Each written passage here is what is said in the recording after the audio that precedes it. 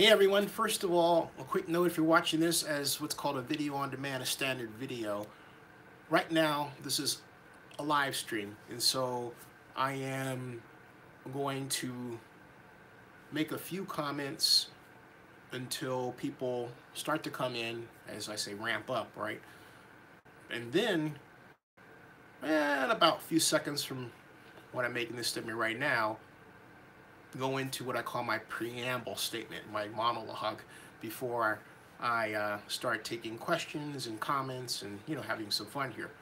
But let me say that the title is, this live stream is one you should be more than interested in for this reason. Today is Thursday, January 17th, and it's remarkable to think that a week ago today, I was in Las Vegas for my 9th straight Consumer Electronics Show, CES 2018, as media. And what's amazing is that, aside from what I saw there, which is another story for another vlog and live stream coming very soon, already did one, is I was able to work in time to go to the Las Vegas Stadium Authority meeting, as well as make not one but two site tours of the activity that is not yet truly construction, but that's the plan, around what's called the Raiders site at I-15 and Russell Road and near Tropicana and Polaris. So I learned a great deal. And I also had an opportunity to interview Oakland Raiders president Marc Badain. Some of you have seen it already, and we're able to talk about it. But I'm not here to talk about that.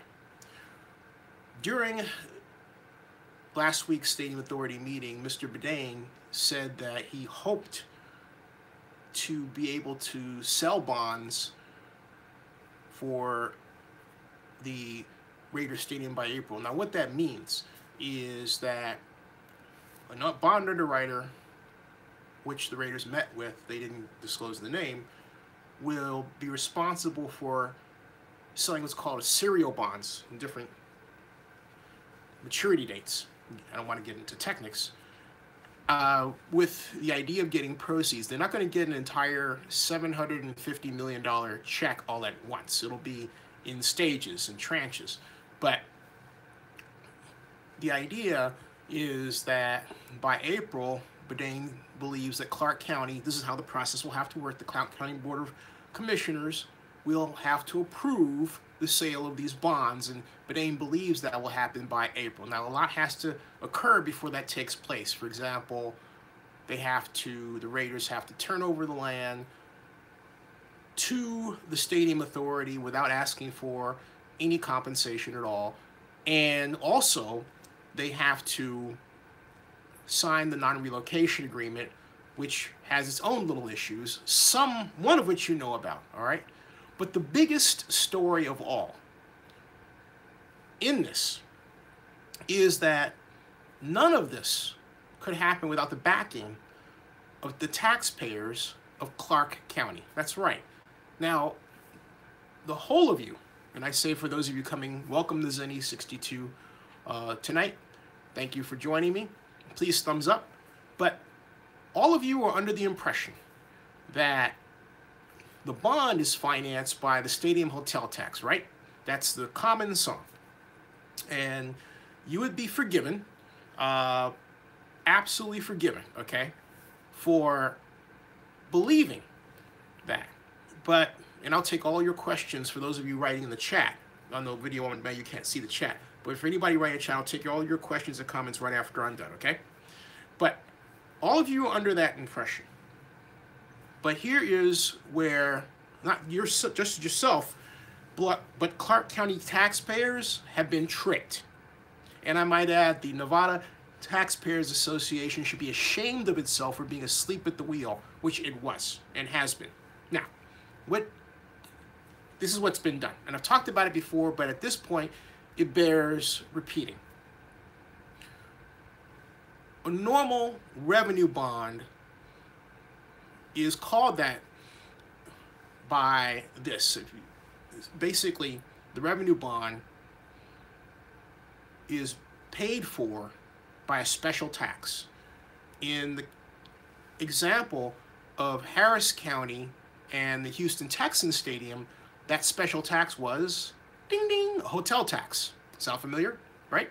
Okay? But the difference is this. There's a Texas state law that says you cannot use what's called a general obligation bond. All right? You cannot use a general obligation bond. Again, you can't use a general obligation bond to build a stadium and have a hotel tax. In other words, you cannot make the bond in such a way the taxpayers of Harris County have to pay for it. Now here is where the Raider Las Vegas bonds, as I call them, are different. Now why do I call them a Raider Las Vegas bonds? Because the city of Oakland and the county of Alameda through the Joint Powers Authority are already still paying off the original Raider bonds. So you have to make a distinction. You've got the Oakland Raider bonds and the Raider bonds Las Vegas style. All right, so I'm talking about the Raider bonds Las Vegas style, or if you like, Raiders Deal 2. Okay? All right, there's that distinction. Now, here's where it really gets interesting.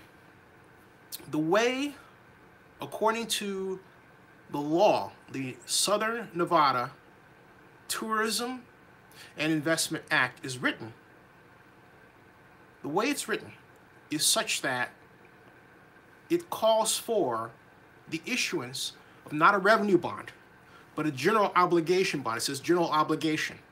It's right there in black and white in the law. It's in the law, okay?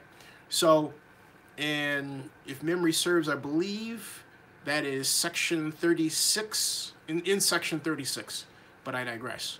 I don't want to get too far down that rabbit hole, but I digress. Now, according to Investopedia, if you don't want to believe me, you can just go to check out Investopedia. A revenue bond rests on a dedicated tax, and they mention a stadium, like they say either from a bridge or from a stadium, right? This is a stadium.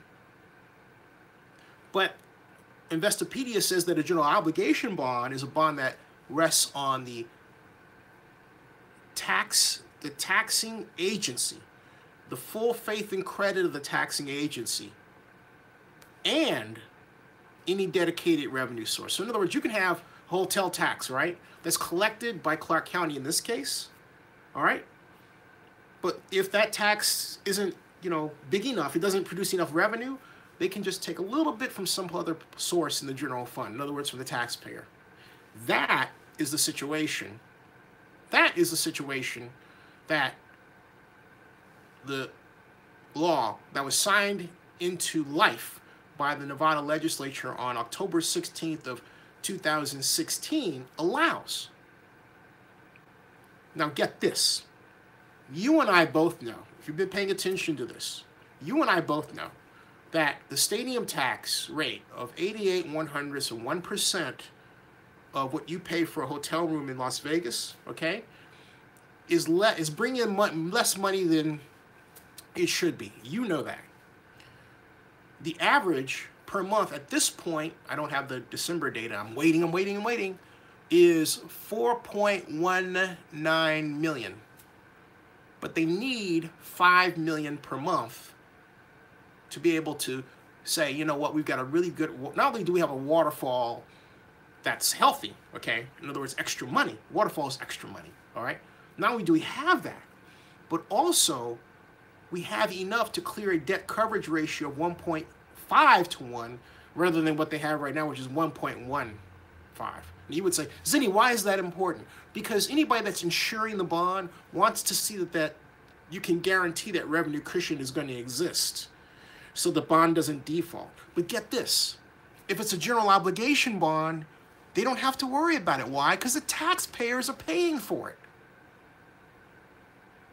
The taxpayers are paying for it.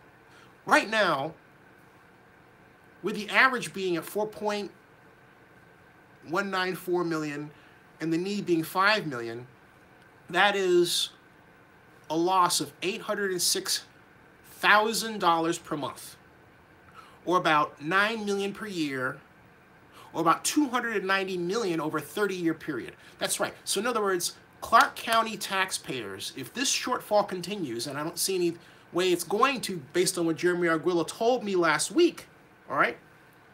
If it continues, it means that Clark County taxpayers are really on the hook for $290 million of the total cost of the project, which they said wasn't going to cost the taxpayers a dime because it was resting on, ding, hotel tax revenue, right, from the special tax, not taking anything away from education or anything else, right?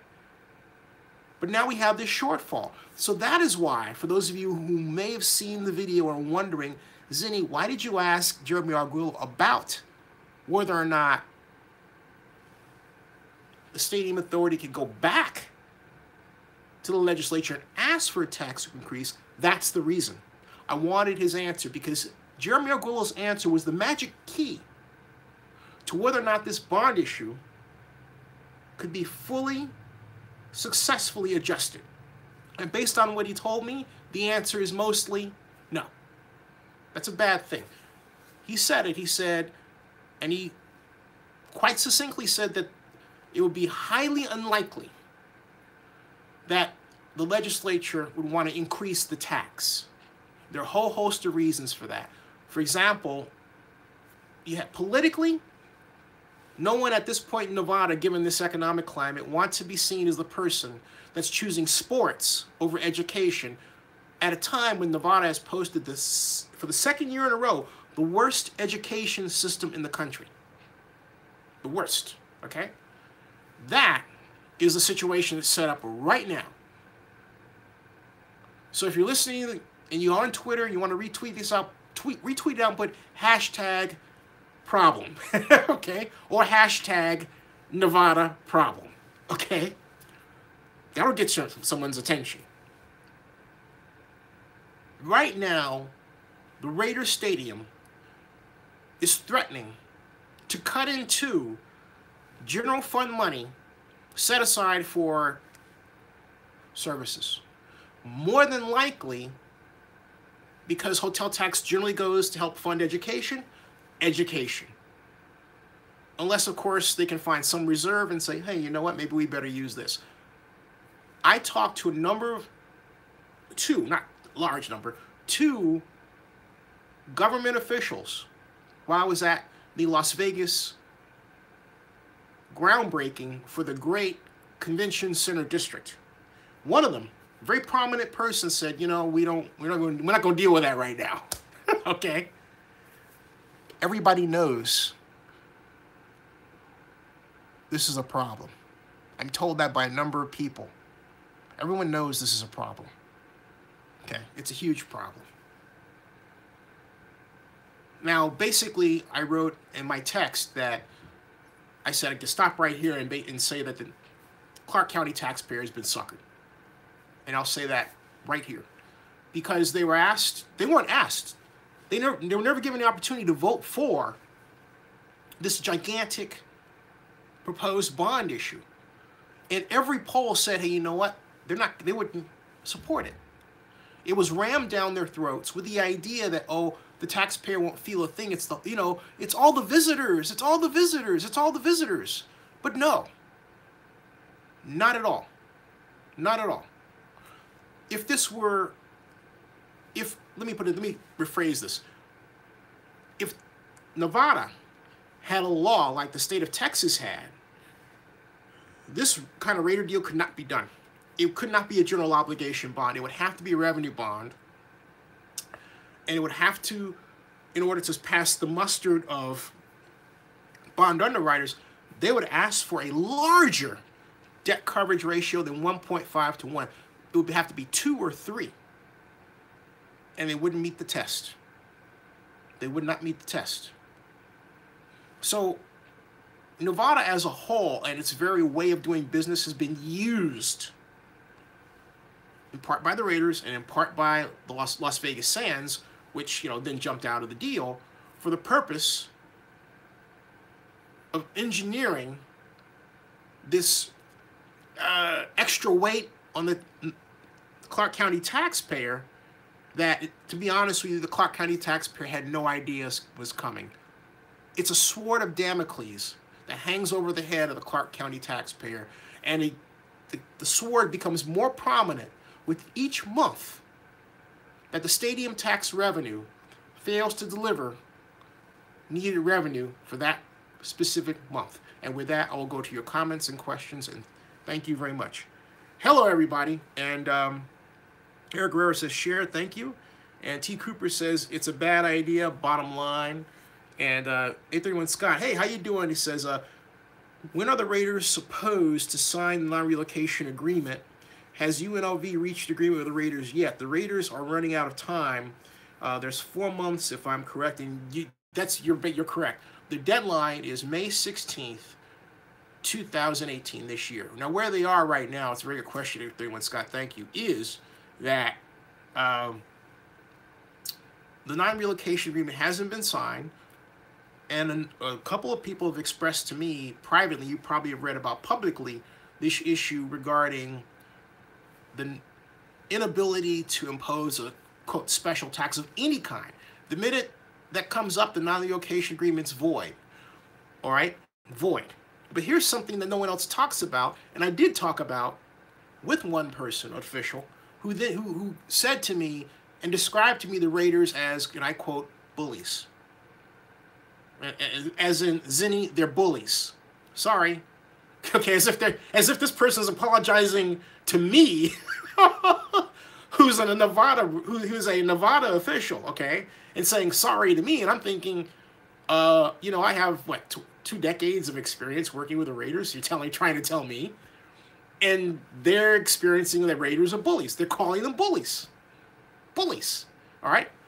So anyway, the bullies basically bullied the negotiators for the stadium authority into structuring a non-relocation agreement proposal that lists Marc Davis as the controlling owner of the Raiders. And you would say, well, yeah, he is. But get this. There's another clause of the non-relocation agreement that then says this. It says, hey, basically, if someone else assumes control of the Raiders, hey, the non-relocation agreement is not valid, which means that Marc Davis can change the name of who controls the Raiders to his mother easily. And guess what? That very change would render the non-relocation agreement void. But see, here's the thing. The reason why you don't hear anyone talking about that is because other media didn't point to it. I'm pointing to it. I pointed to it before and repeat it again. I'll break it out as a separate post. But I'm saying again, that's the real problem. Now, hey, Corey Brown, how are you? And Go CSU says you have more experience with Raiders than all the state of Nevada. Thank you. And Corey Brown says, why do they keep passing agenda items when these issues exist? Corruption, maybe? Corey, I think there is a lot of people there are a lot of people who are, and I'll say this, they're excited after the groundbreaking. What I've discovered being in Las Vegas afterward is the general take that I get from the layperson is, hey, they had a groundbreaking and therefore they're coming, and I think it's interesting, and you know, I'm excited, okay? Oh, it's going to be a great thing. That is the general consensus among Las Vegans. And you know, hey, can you blame them? They're off doing other things in their life. This isn't their expertise. They don't know. But when you tell them what's happening, then they go, wow. And one person at Guy Fieri's place, the great, if you ever go to Las Vegas on the Strip, Guy's Las Vegas restaurant, you got to go there. The food is awesome. But I digress. He was saying, oh, man, you know, I knew it was too good a dream to come true. And, you know, so you have to feel for them that, you know, these folks, they want to see their city grow. They're a lot like Oakland in that way, in that they want to get out of their shadow of not being taken seriously. And the words this bartender uttered, Mike, to me, spoke that in volumes with one sentence. Just that one sentence, okay? So that's their feeling, right? And so you have the legislature and the politicians who represent them, and no one wants to be the one that killed the goose that the common Las Vegas person or Nevada person thinks is going to lay the golden egg. That's how this thing has developed as fantasy. All right, and let's face it, I'm not trying to be derisive. I'm saying it is a fantasy. The reality is, well, maybe not. All right, no one wants to hear that. It's the fantasy. Okay, you have maybe 20% or maybe 10% of the population that's skeptical. The other 90%, 80 to 90% is like, woo! But they say, oh, but I'm a Steelers fan, but I'm a Packers fan, but it'll be great to have them here. Or I'm a Chiefs fan, or I'm a Broncos fan. You get the idea, okay? There it is, all right? So that is why, Corey, we're in this stage, because no one wants to be that, and also it's election year, and no one wants to test the waters in Las Vegas as being the person that said, ooh, I don't want this stadium deal when it means jobs.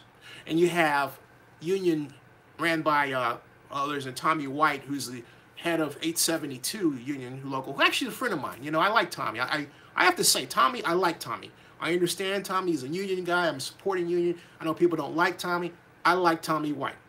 Tommy understands where I'm coming from. I understand where he's coming from. It's not, he and I have talked about that. He's cool with me, okay? And I told Mr. White, I said, Tommy, if you fix all the problems, you look at all the problems I'm talking about, you have a better project. That's what I said, all right? Some people take this thing and they try to make personal fights. That's not me. That's something for a person who's got nothing better in their life going on to do. I have a great life, and I like people. But I digress. Just want to get that out there. Tommy White gave me a little construction pin. I gladly accepted it. It was very nice of him. He's a true politician. Now, and I like politicians. Now, here's my point. My other point is this. Okay, so anyway, I said all that to meet Mr. Brown, Corey Brown's question. Let me read some of yours, and not to get ahead of myself. Sorry about that.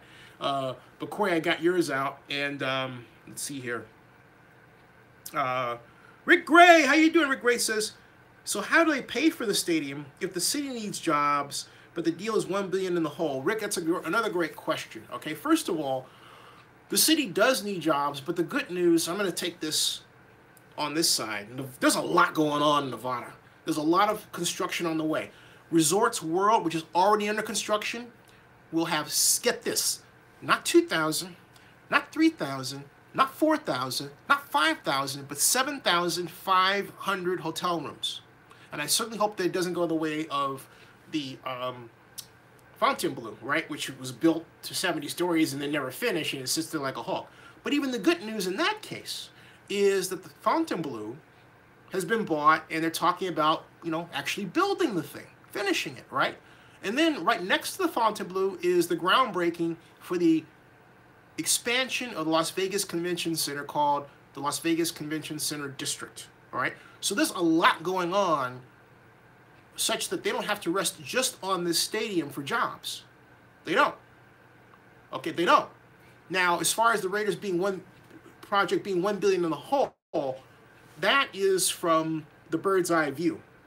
The view right now is that you gotta, look, if the thing never gets built, you'll never find out there's $1 billion in the hole, okay, from the perspective of getting sponsors to pay off a Bank of America loan. Let me explain something to you that a friend of mine told me today in preparation for, as I was preparing for tonight.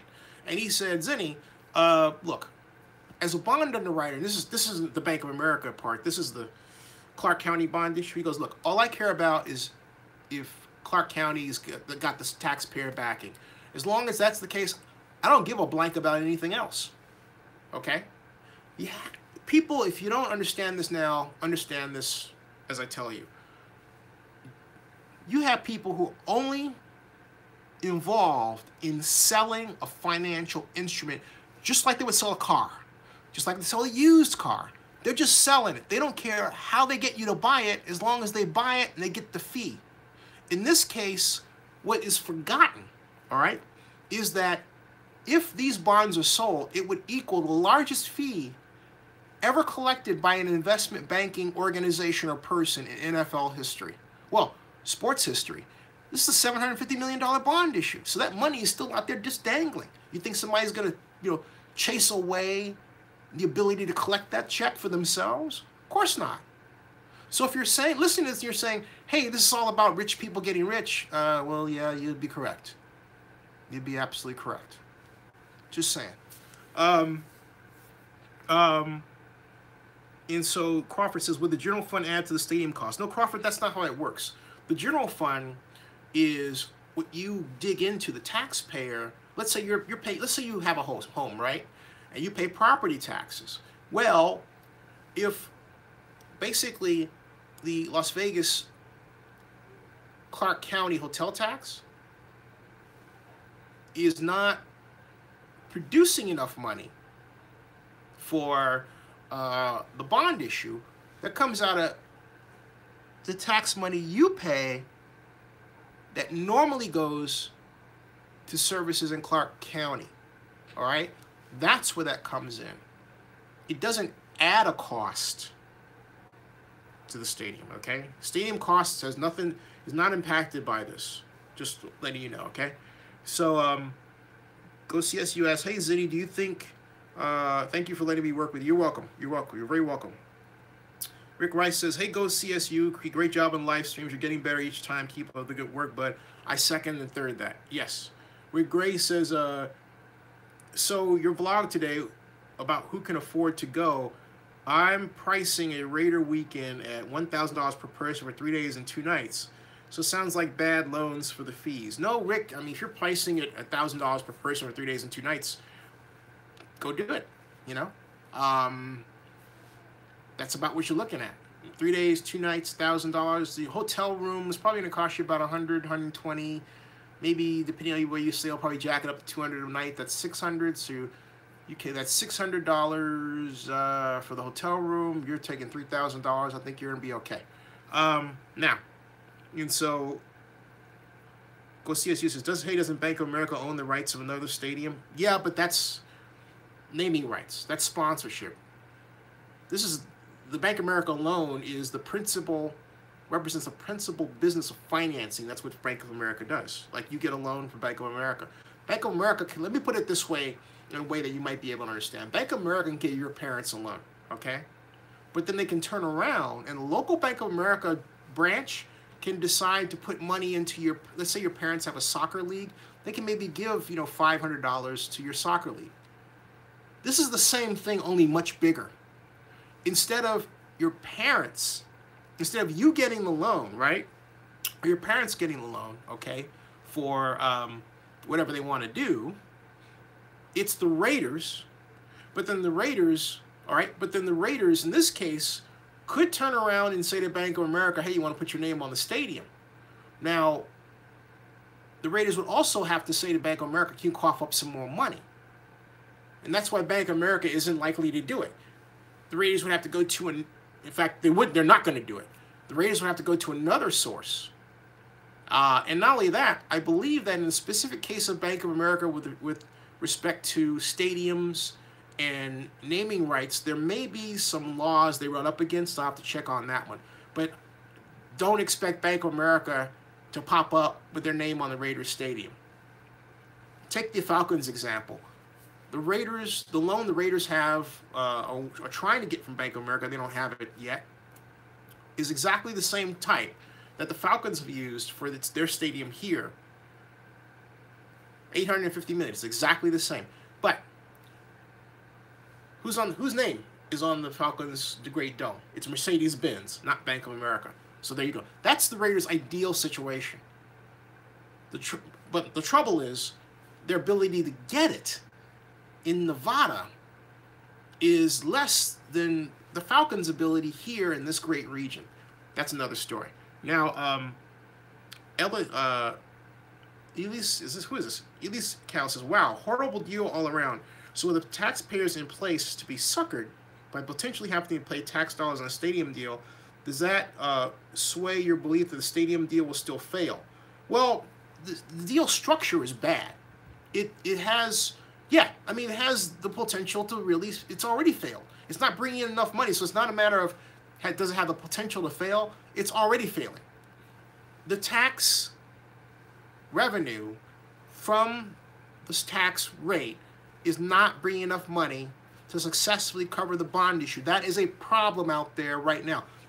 Hey, look, the only thing is, guess what? The Raiders haven't, the Clark County hasn't floated the bond for the Raiders.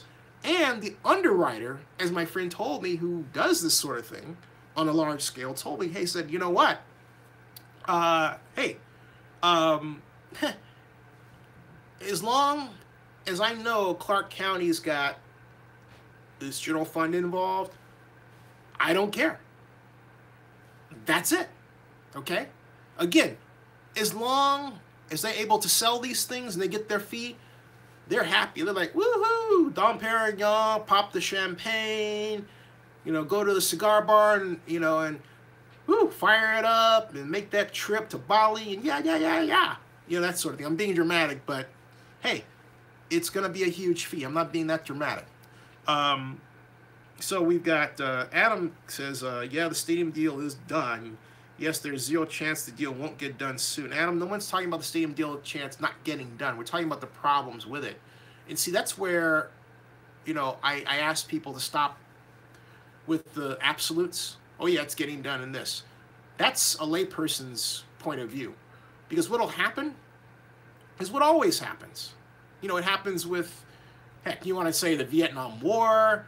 It happened with, you know, the Iraq War, of which the media was complicitous. It's always somebody, some yahoo out there saying, oh, there's no problem.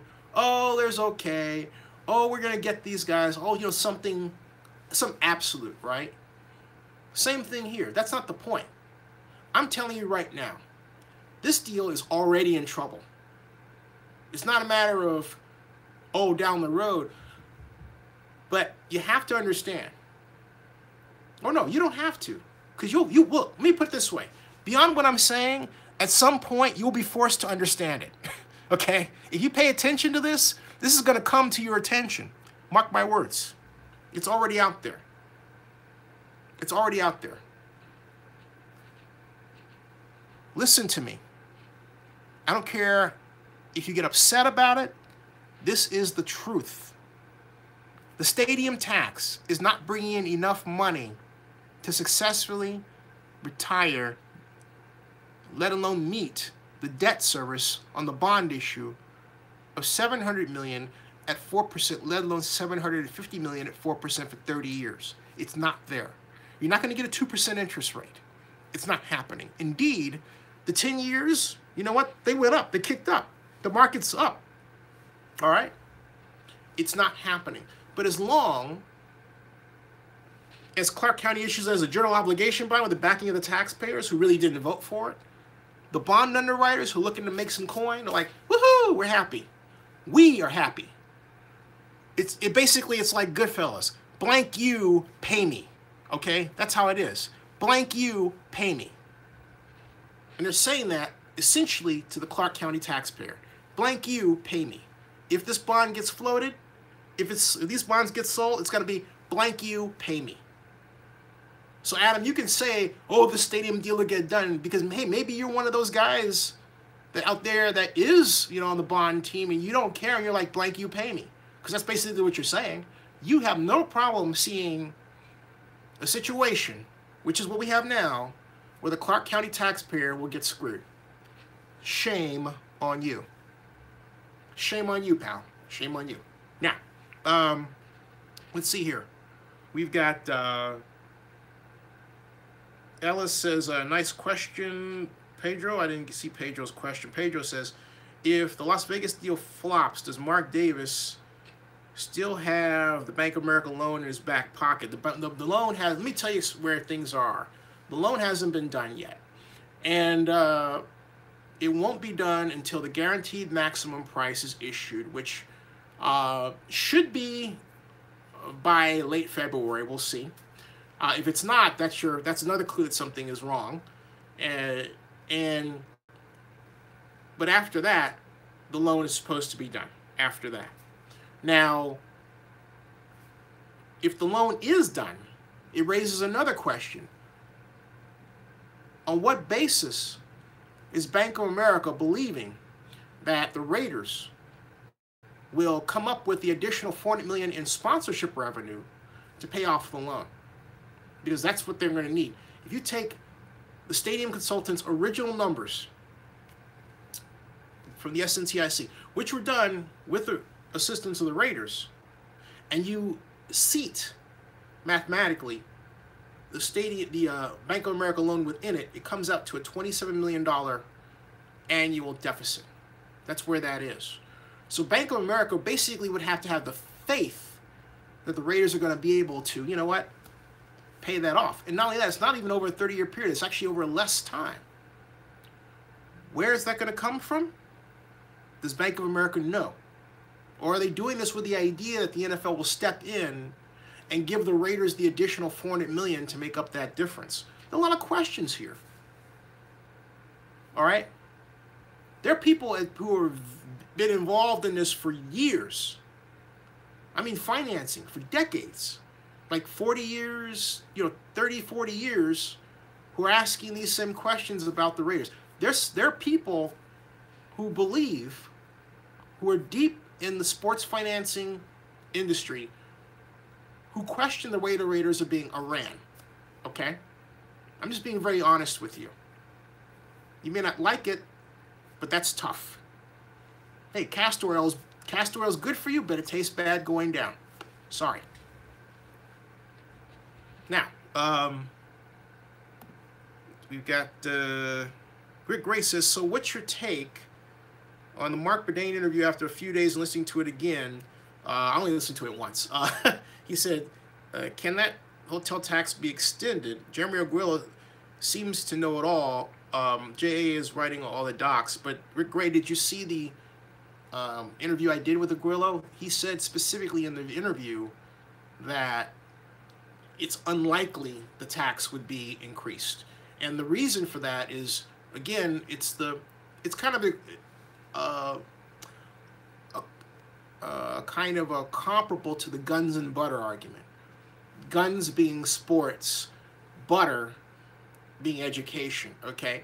The hotel tax commonly goes to education. If it's increased, it'll be making the political statement that, hey, we want money to go to sports and not education. That would be the take, even before it's done. The minute it's proposed, that will come out. And if it's election year like now, somebody will feel the heat. At a time when, you can look out at the political landscape, and you can see this Republican and this Republican and that Republican and that Republican losing their seats around the country, you think anybody would be nuts enough to do that? The answer is no. Absolutely not. So what it guarantees is that this poor deal structure is going to remain poor for the foreseeable future. All right? So Hennessy says, if this deal is so bad, then why is Las Vegas passing all these documents? Are they desperate to have an NFL team? Hennessy must have just joined us. And again, I said there's nobody politically that wants to be the person that's seen as the goose that as the one who killed the goose that they think is going to lay the golden egg, even if the golden egg it happens to lay is actually an egg. Okay, and not golden. All right, so that's why. Now, again, because you just joined us, behind the scenes, every person that I've talked to at a very, very high level, I mean very high level, is aware the problem I'm talking to you about exists. As one person told me, very high level official said, and I quote, we don't want to deal with that right now. We'll deal with it later. Passing, hey, there it is. And not only that, I have to be, honest. The situation that I asked this person about, where I asked the person about, right, was the Las Vegas Convention Center groundbreaking. It was festive and all that. But hey, look, I'm a news person. I asked the question, not on video, because I wasn't trying to embarrass this person. I wasn't trying to embarrass anyone. I like Las Vegas. Actually, I love it. And I think that the convention center expansion project is something that was needed a long time ago. Fantastic. This deal, whew, it has problems and it affects my city, Oakland. Okay? And I have a number of deep-seated reasons for looking at this very deeply as I do. As I said, and I've said it before, why am I looking at, why, someone said, so why are you trying to wreck this deal? I'm not trying to wreck it, but it is wreckable. Or as Gordon Gekko said, because it's wreckable. I took another look at it, and I changed my mind. In this case, I took one look at it, and I said, you know what, this deal's wreckable. Because it's going to wreck on its own. Wreck looks different to different people. To some people, wreck means something doesn't get done. But to people like me, wreck means this. It takes off the ground, it goes into the air, and at some point, sadly, it becomes the challenger. In other words, yeah, you say it gets off the ground. I say, oh yeah, there it goes, bye-bye. We'll see you in a second. That happened with, Harris County and the Texans Stadium. In 2008, the Harris County bonds went default. So the bond underwriters went to Harris County and said, you gotta pay us. But guess what? Because of the way the law is written in Texas, you know what the county did? It did this. It went, yeah, to the bond underwriters. And this is documented and said, you know what? You have to figure out the solution on your own, buddy. We are not in a position to help you. Sorry. They restructured the bonds. The taxpayer of Harris County had no idea what was going on. And guess what? There's no problem with the stadium. Now, that won't happen in the case of Nevada at all. Okay? Because Clark County is there. What'll happen is that if this shortfall persists, they'll have an option. Either you increase the stadium tax, to keep the money coming in and protect the taxpayer, or people get sacked. People get fired, okay? That's what'll happen. And maybe someone changes the law and says, or maybe someone decides that they're going to interpret the law precisely and then say to the Raiders, hey, you know what? You have to pay the difference. And that could happen. And then get this, folks. Get this. Someone in the legislature could decide to impose a special tax on the Raiders to make them pay for the shortfall. Okay? And then on that basis, the Raiders could say, oh, dude, we're out of here. That scenario is set up right now. And that is why this situation regarding how the non-relocation agreement is written with respect to the special tax has got the attention of so many people, because everybody knows this deal's got a problem already. Don't talk to me about oh, this thing's going to collapse. No, no, no. It's the structure. The bottom line is this. No one wants to be caught for paying for something that they don't have the money to pay for. That is when a deal fails. When you have pissed off people around pointing fingers and, acting like, hey, people think the Raiders might act in Oakland with respect to Nevada, that is what people are worried about. That is when a deal fails. It's not whether or not a deal gets done. No. That is the point of view that people who don't know anything take. You're the same people who want the Raiders deal too. Only you want Nevada to feel it and not Alameda County and Oakland. Shame on you. Shame on you, pal. All right. Let's see here. We've got, trying to miss, I think, Rick Gray. T. Cooper says, Hennessy says, is the best of this deal falls apart for Las Vegas and the community. I really don't see Marc as the owner in the next 2 or 3 years. If Marc isn't the owner in the next 2 or 3 years, it renders the non-relocation agreement inert. Void. And Go CSU says, has the Davis family is going to Gal Raiders owning. A lot of people say that. We'll see. Ed Reed, how you doing? He says, and hey, by the way, everybody thank Go CSU Warriors for his work. He's not done, by the way. I just want to give him a shout out because he's really come through like a trooper. And he ain't done. I'm just saying, okay? Ed Reed says, hey, has the NFL, He says, hey, the NFL doesn't want to look bad. My understanding is that we still have an offer in Oakland. Well, what we have in Oakland is we just still do have an offer. We still have a deal there. The Raiders are still in Oakland. And that leaves a lot of possibilities. All right. Not only that, we have an election coming up. Rick Rice says Mark Davis is running the Raiders into the ground. There are a lot of people who, Rick Rice, there are a lot of people, both professionals in sports finance and lay, who agree with what you're saying. And Steve Macy says, so how many payments can Mark Davis miss before someone steps in and says, show us the money yourself? Well, that has to do with the Bank of America loan. All right. And Steve Macy, I don't know the answer to that question. I'll get an answer for you.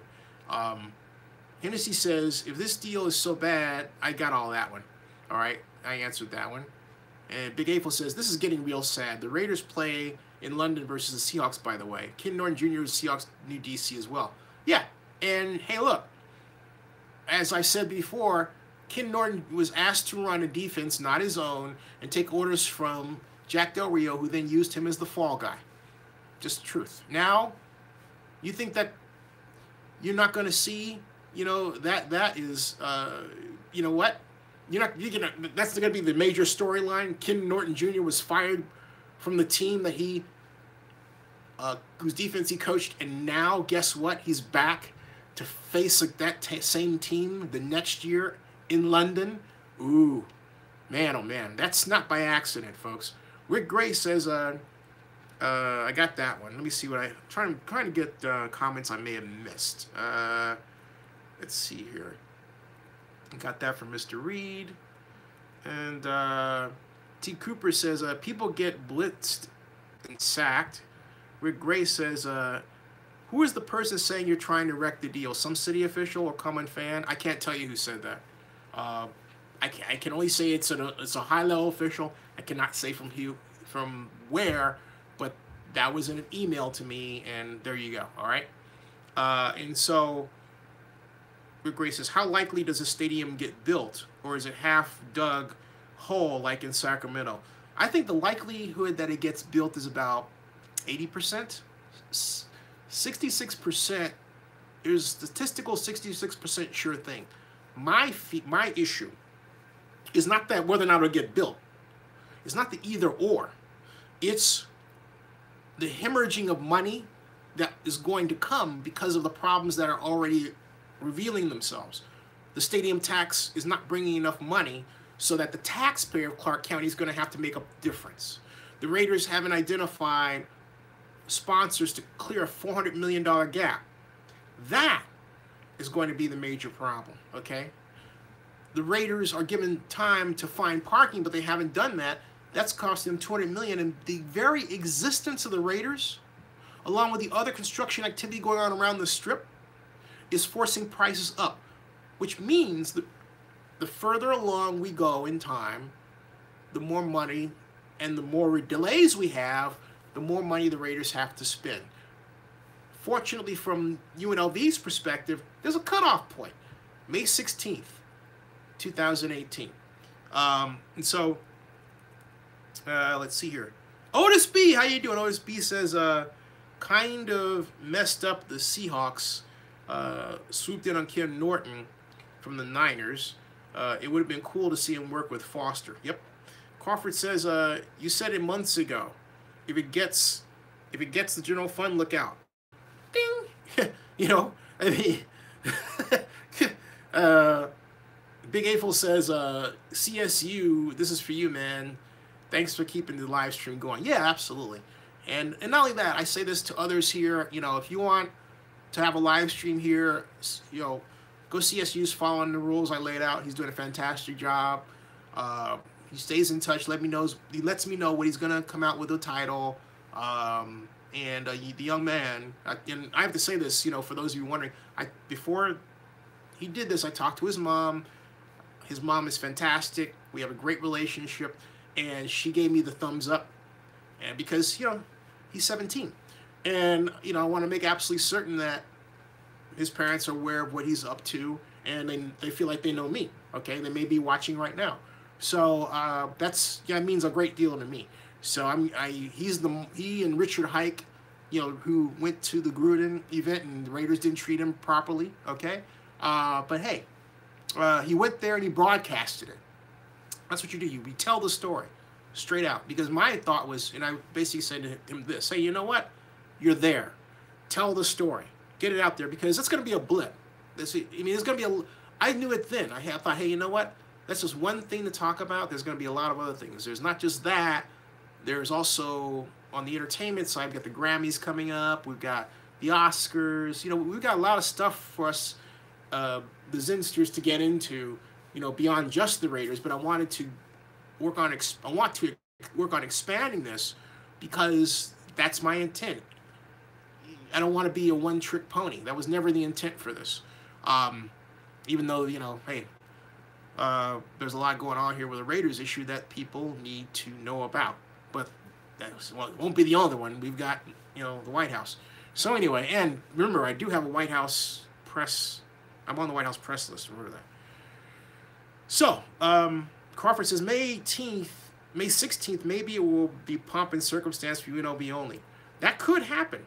But it depends on what the regents say. If the regents give a thumbs up, they basically, for all practical purposes, well, no, they haven't rendered that deadline inert at all, or non-existent at all. They just given the thumbs up. But if the Raiders don't have all the rest of their documents done, that deadline still sits there. So the real key isn't, UNLV giving a thumbs up. The real key is, hey, look, which documents are done? Are they doing them all? Are they done? Okay. Where is the development agreement done? Okay. I mean the real development agreement, not that infrastructure thing that they're trying to make look like the development agreement. I mean the real one. So, and yeah, GoCSU is going to start his own stream in a little bit, and I'm going to get out of here in a little bit, but not immediately. Not immediately. Rick Gray says, the Coliseum East Side is a finished product. The scoreboards are perfect. We just need to move dirt and reconfigure the site for closer seating sections. This could be done way under $1 billion, and Rick Gray, I agree with you. $731 million, but Mark Davis didn't want that. He wanted a new facility. It would be great if, as an owner, Mr. Davis said, you know what? I love Oakland. I want to give a gift to Oakland. Oakland's been great to our organization. Let's do this. There's nothing wrong with that. Rick Gray says, but you're confused on those segments according to Marc Badain. No, I'm not. And because, I would say that Mark is playing games with, the terminology, just because he knows that I know what I'm talking about, but he also knows it's on camera, and he just wants to say something insulting. So he'll say, I'm confused, or I will think about it differently, but he won't explain exactly what that is. Let me explain something to you. First of all, if you actually read the document that Clark County commissioners passed, it deals with infrastructure. It's an infrastructure development agreement. It is not the development agreement for the stadium between the Raiders as Stadco and the Stadium Authority. That's the big enchilada deal. That's the big thing, okay? But the media, as I'm doing this because I'm saying, that's my way of saying kinda, represented by Las Vegas Review, among others, is calling that a development agreement. And then Badain himself called it a development agreement. The reason why I jumped in the way that I did is to get on camera my correcting him. To cause Mr. Badain to stop, respectfully playing the game of terminology. Oh yeah, the development agreement. It's not the development agreement. It is an infrastructure development agreement, and he knows it. He knows it. Okay, so I jumped in with the intent. That's why I said for clarification of establishing that difference. Because had I not done that, it would have just sailed on, and someone said, "Oh, the development agreement." No, it's not the development agreement. And then guess what? Okay? And then that's why, if you take a look at the interview again, Rick, all right? Because like I said, I know what I said. I was there. Then, because I started that, respectfully, I got a lot of respect for him. I like Marc, I like a brother, all right? I think Marc considers me a frenemy. I'm not his enemy. I'm not anybody's enemy. But my point is this. I want to emphasize something that I want you to remember. And this shows how, I'm disrespected in this case, and that's fine. I love it. Because if the Raiders really were about the purpose of correctly advancing this deal, they would say, you know what? Zinni's out there. He's got a fan base. He gets engagement. Let's sell him on what we're trying to do. I get, because I cover CES, right? Entrepreneur, I'm an entrepreneur. After entrepreneur, trying to sell me on a tech that they've developed. Here's how, what we've created will ease your ability to check your weight on a scale versus your body mass. You see what I'm getting at? The Raiders could do the same thing. Sell the product. But instead of selling me on the product, they try to act like I don't know what they know when I, because of my training, know a lot more than they know. That's just because of my training and my background and my experience. Okay? So that's just life. Sometimes you get a guy that's kind of like, hey, this guy's done da-da-da-da-da. That's interesting. Wow. All right? So normally you sell that person.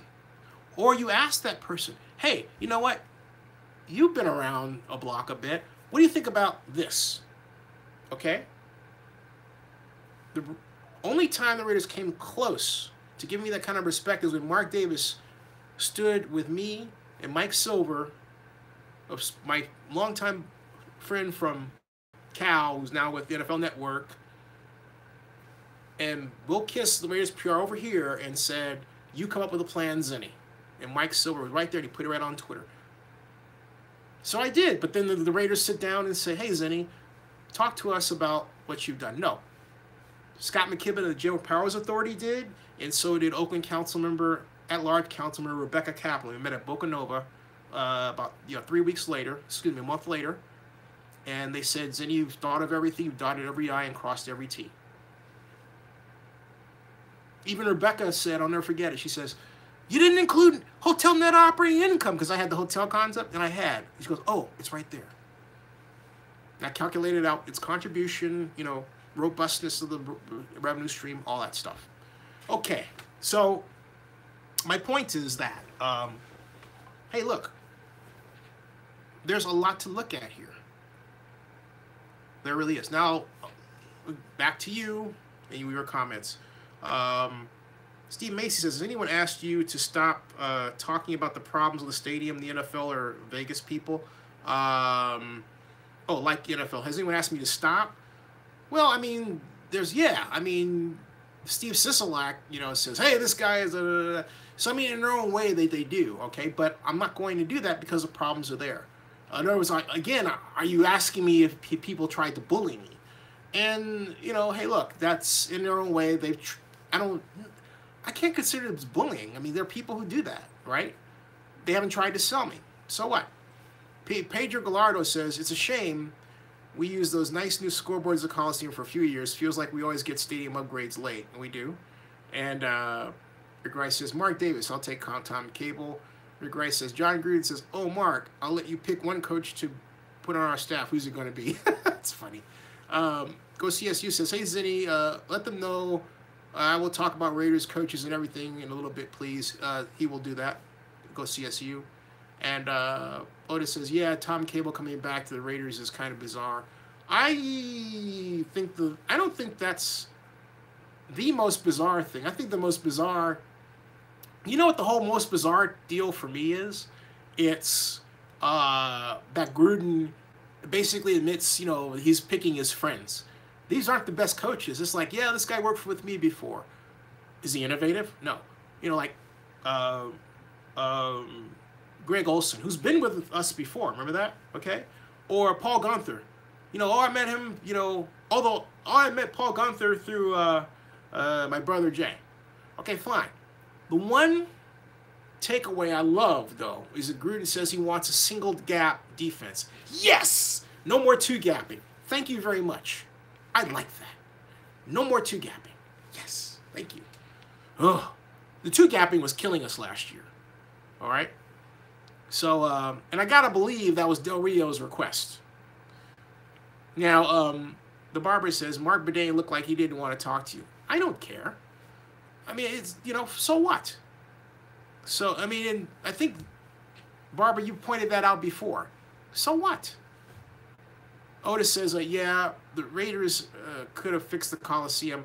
I'm surprised more teams didn't do what the Dolphins and the Bears did, renovating their stadiums. And yeah, they've done a fantastic job. And again, the Coliseum being what arguably is a historic landmark, they could have done that too, okay? Patrick M. Blackman, he says, what was Gruden thinking of hiring Tom Cable? I wouldn't have hired him. Actually, I would have retained Mike Tice, because Mike Tice, you got Pro Bowlers, you got a proven rapport with the offensive line people you got. I would have retained Mike Tice, and Mike Tice, not taking anything away from Tom Cable, knows a lot. But having said that, Tom Cable has, maybe not the current years, but done a great job.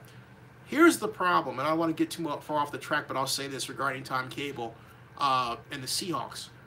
When the Seahawks did very well, Tom Cable looked excellent, okay? But the minute, and this isn't Tom Cable's fault, the league developed a book on what the Seahawks do offensively, then all of a sudden, you know, Tom Cable and what he does looks suspect. That's the wrong way to look at it.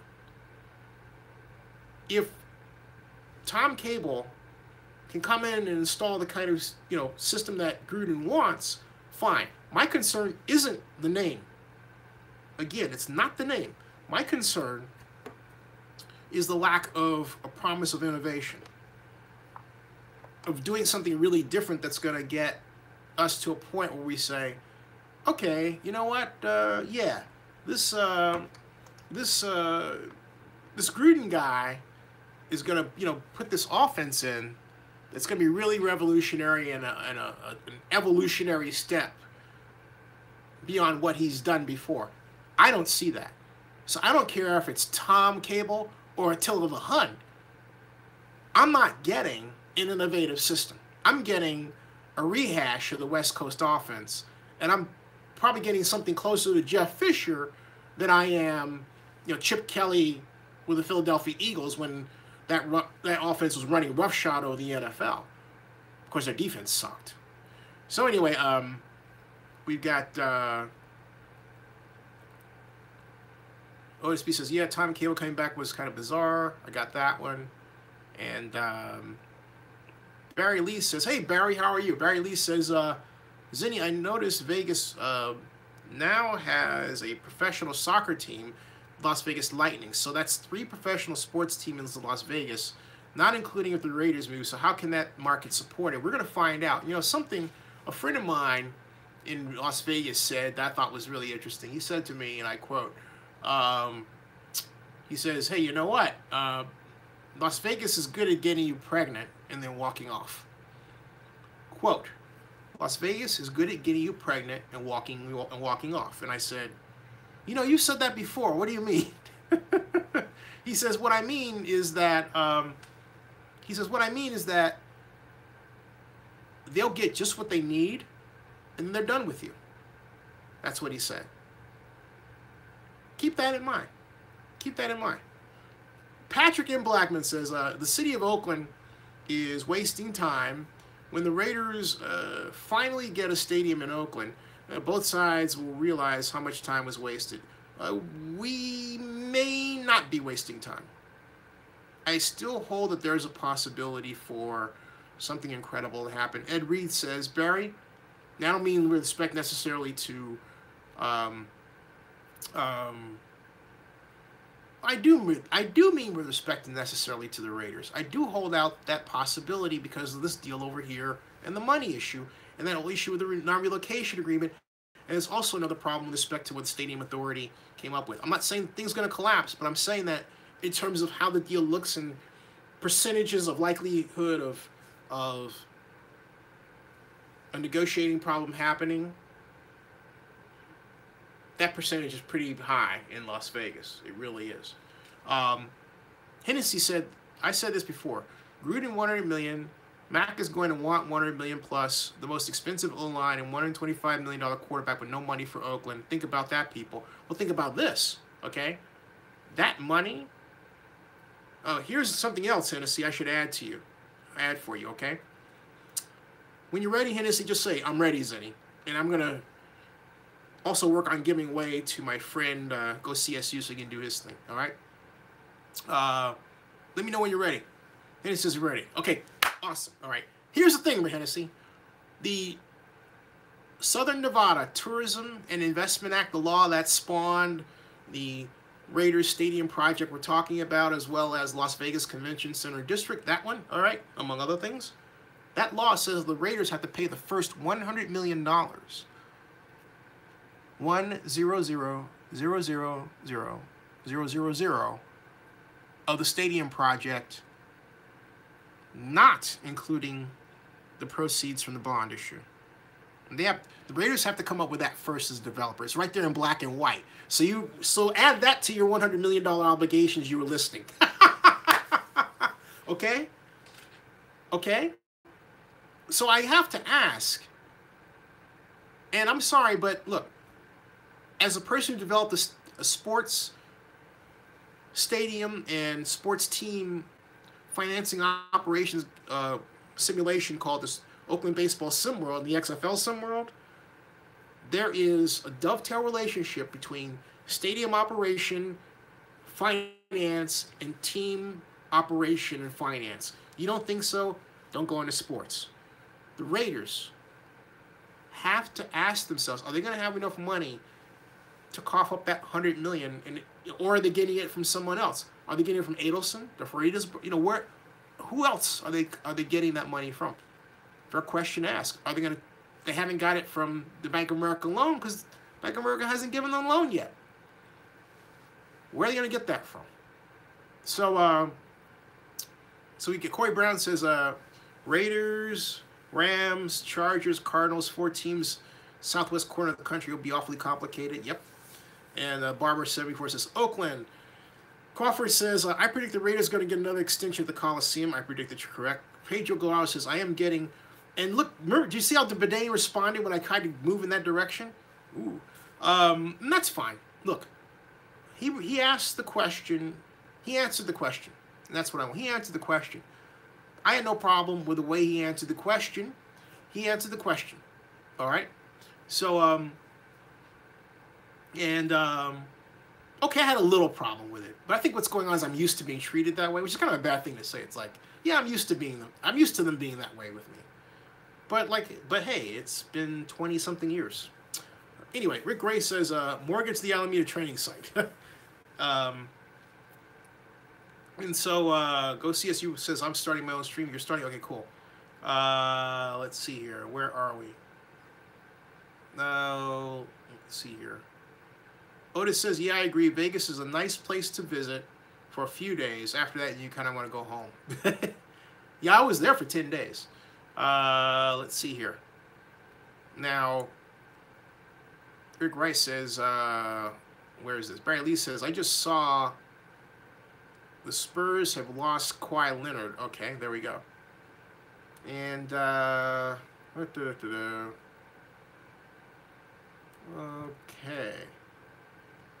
And next, let's see here.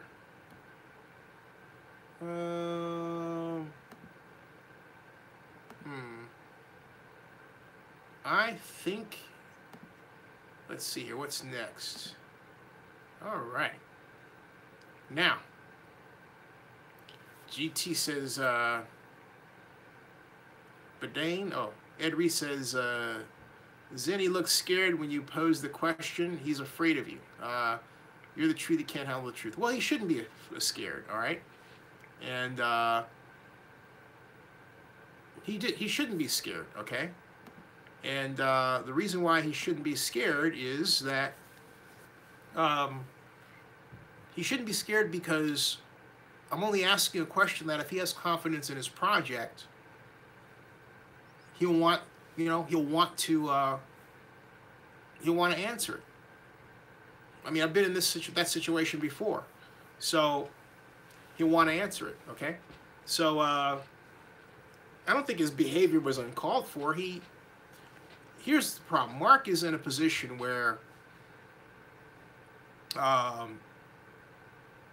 he's trying to keep certain information out there, but as Rick Ray says, you were the only reporter that was treated like dirt by Marc Badain. His attitude toward was dismissive.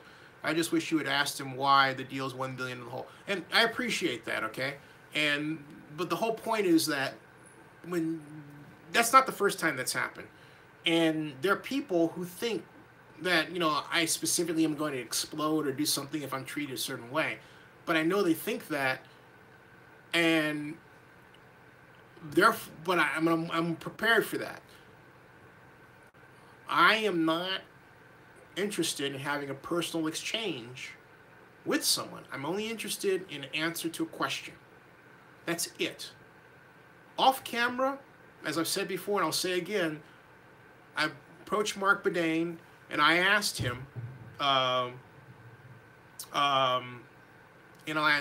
asked him, hey, have you seen this at CES? I showed him this electric paper dress and he looked at it, right? And he said, I said, hey, good to see you. And he said, good to see you too. All right.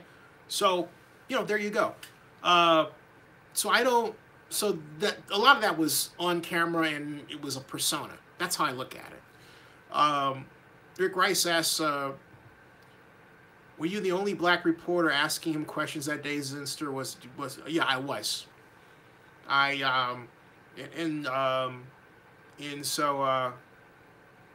Let's see here. And so let's see here.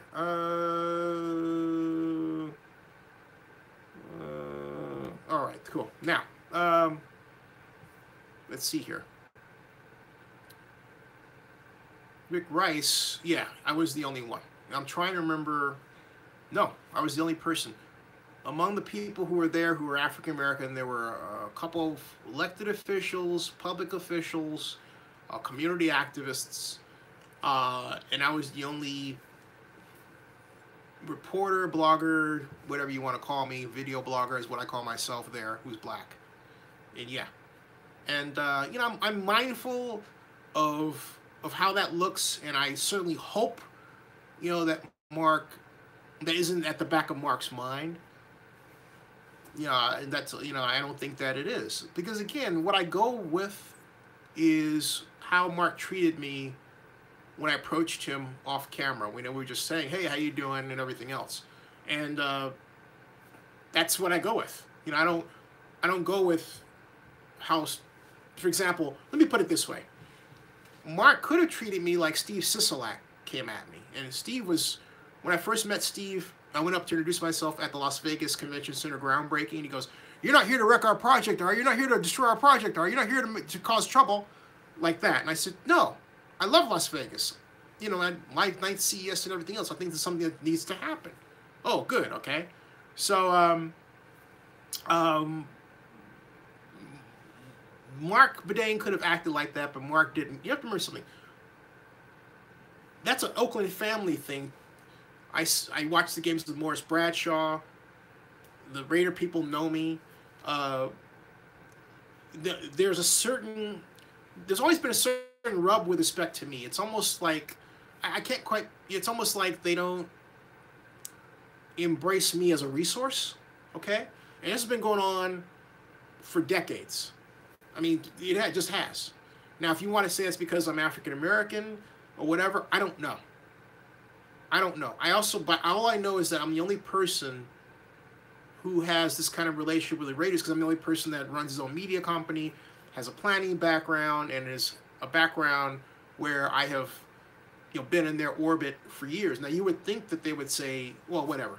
You get the idea. I honestly don't know, and not only that, the more I think about it, the less I care. Yeah, this is what I do. I'm running a media company. I'm covering the league. I'm covering the NFL. I like Marc Badain as a person. That's it. That doesn't mean he has to like me. That's just the way it is, okay?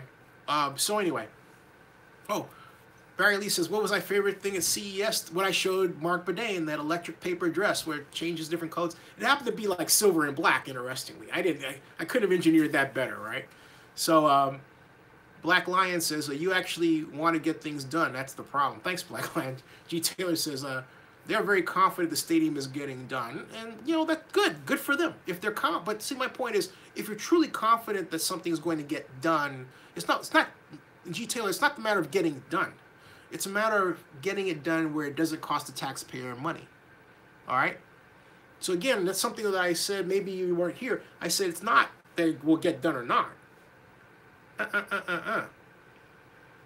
It's the money hemorrhaging and the damage that it causes and the other problems that exists. Look, the Challenger got done, and then what happened when it took off? I'm just saying. Okay? The taxpayer here, if the taxpayer, and the taxpayer right now is already getting harmed because the thing is already a shortfall, but nobody wants to say it because, hey, look, the taxpayer hasn't had to deal with, oh, this bond issue is going to dip into the general fund because no bond has been floated.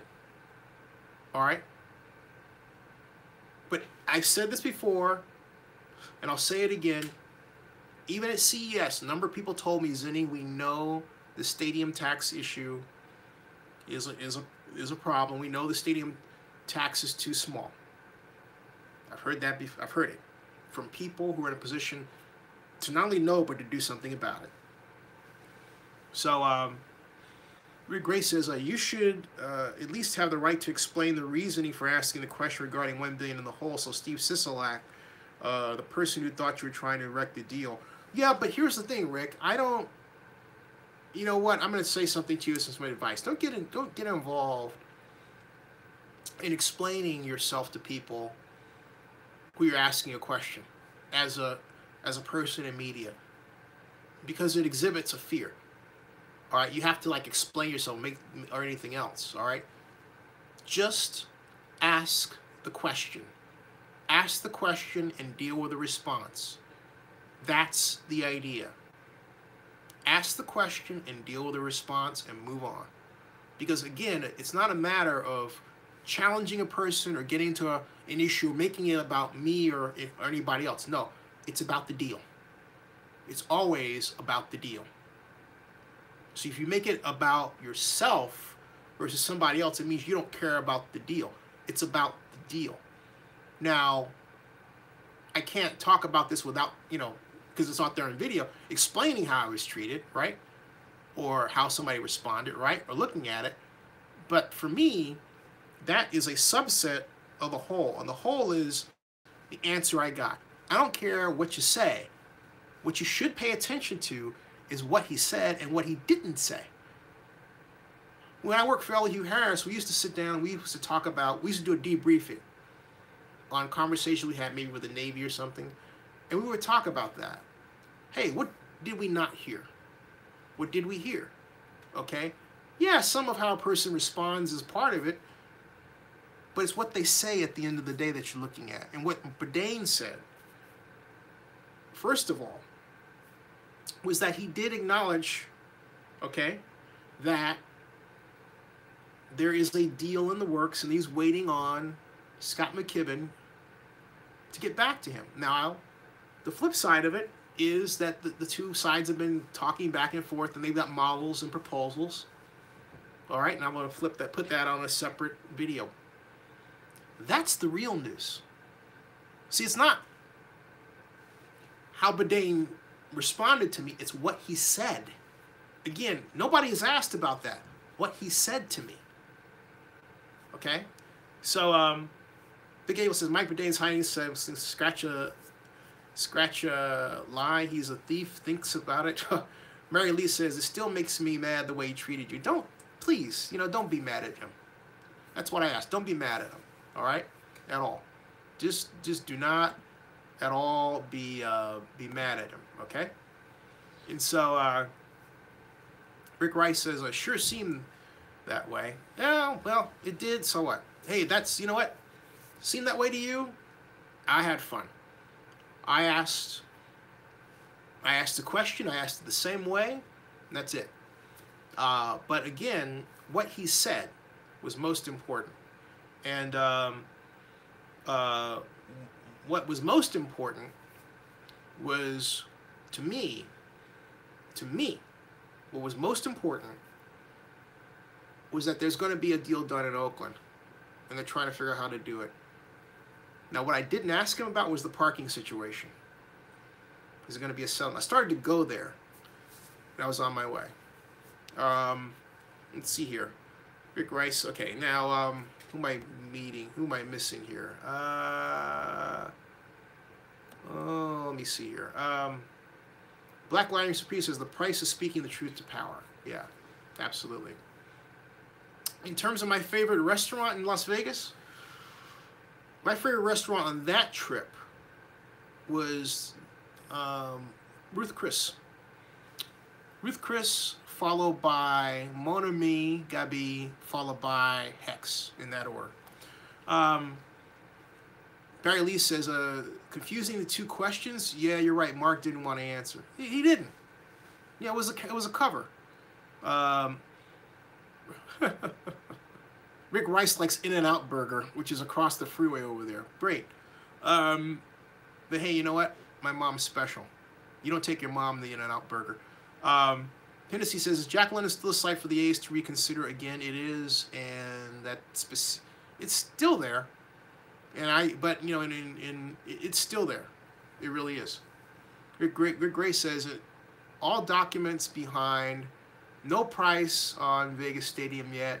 Parking issues being discussed. Raiders possible training site in Henderson. That's what I heard from Badain. And not only that, Rick Gray.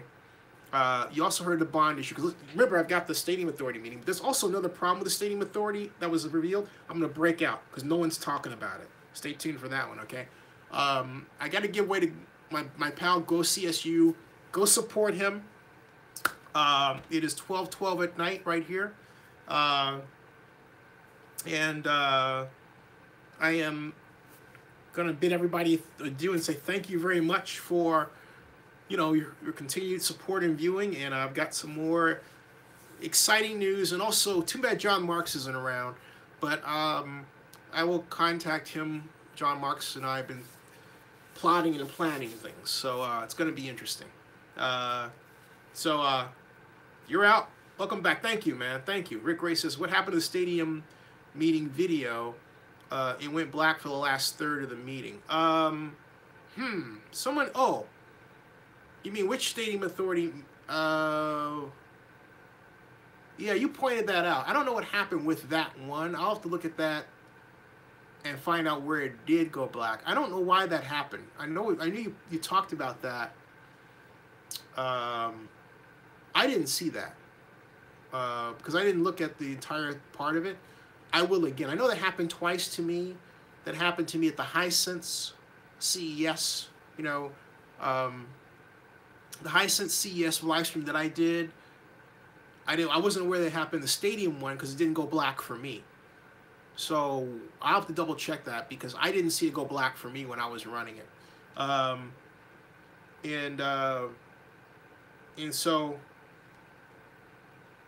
Okay, I'll double check that. Thanks. Joseph Benjamin says, great CES coverage, Zenny. I had a cousin there with her work during CES. Corey Brown says, Mario's West Side Market has good food in the back on him. Okay. All right. I'm out, everybody. I'll say good night, all. And thank you. Thanks. I had good nights. I said good nights all, and thanks. All right. So let's see here. And all right. In fact, let's see here.